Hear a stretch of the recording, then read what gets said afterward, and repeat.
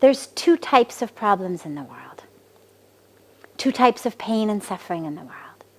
One, that over which we do have control, and the other, that over which we don't have control. And there's that beautiful saying that says, God, grant me the serenity to accept the things I cannot change, the courage to change the things I can, and the wisdom to know the difference. Because most of us tend to be on one end of the pendulum.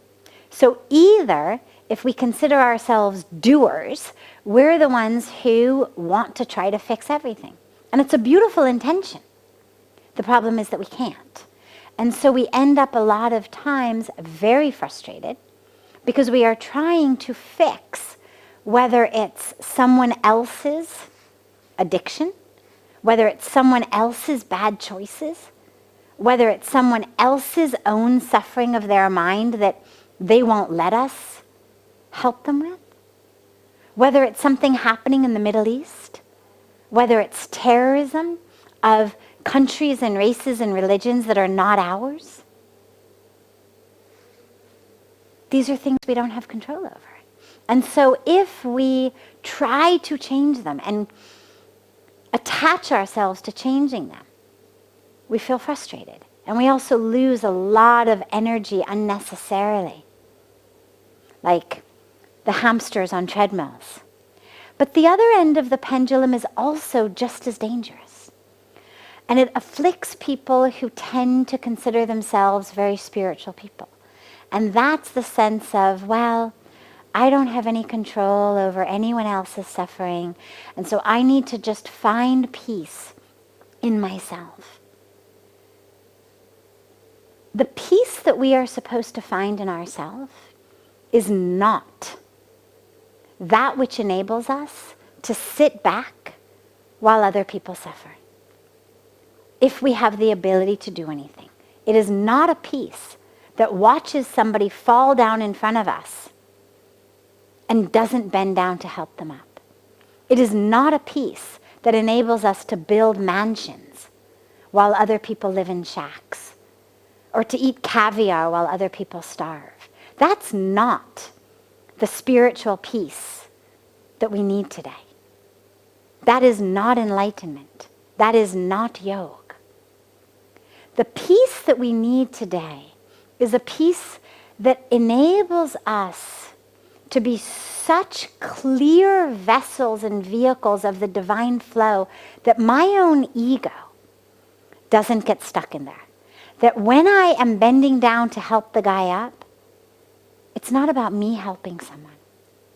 It's about the universe using me as a tool. That whether I'm feeding people, giving them education, giving them medical care, whatever I may be serving the world with, an awareness that it's not me serving others. It's not me who has serving those who don't. It's not me as giver and others as receiver. It's me as someone who is so blessed to be able to serve as a vehicle, as a tool of the divine flow. Like this microphone. Because of this microphone, my voice is going into the camera. But if at the end of this interview, the microphone stands up and takes a bow and says, wow, wasn't that great? It would be ridiculous. But it's just as ridiculous for me to say, wow, what a great interview. Because in the same way that the mic is the tool in my hands, I am speaking through the mic. In the same way, I'm a tool in God's hands. The divine is speaking through me.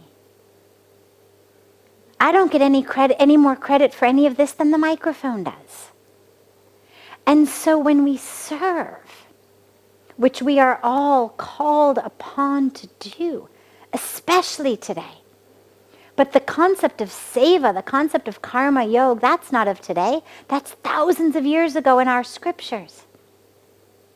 But today,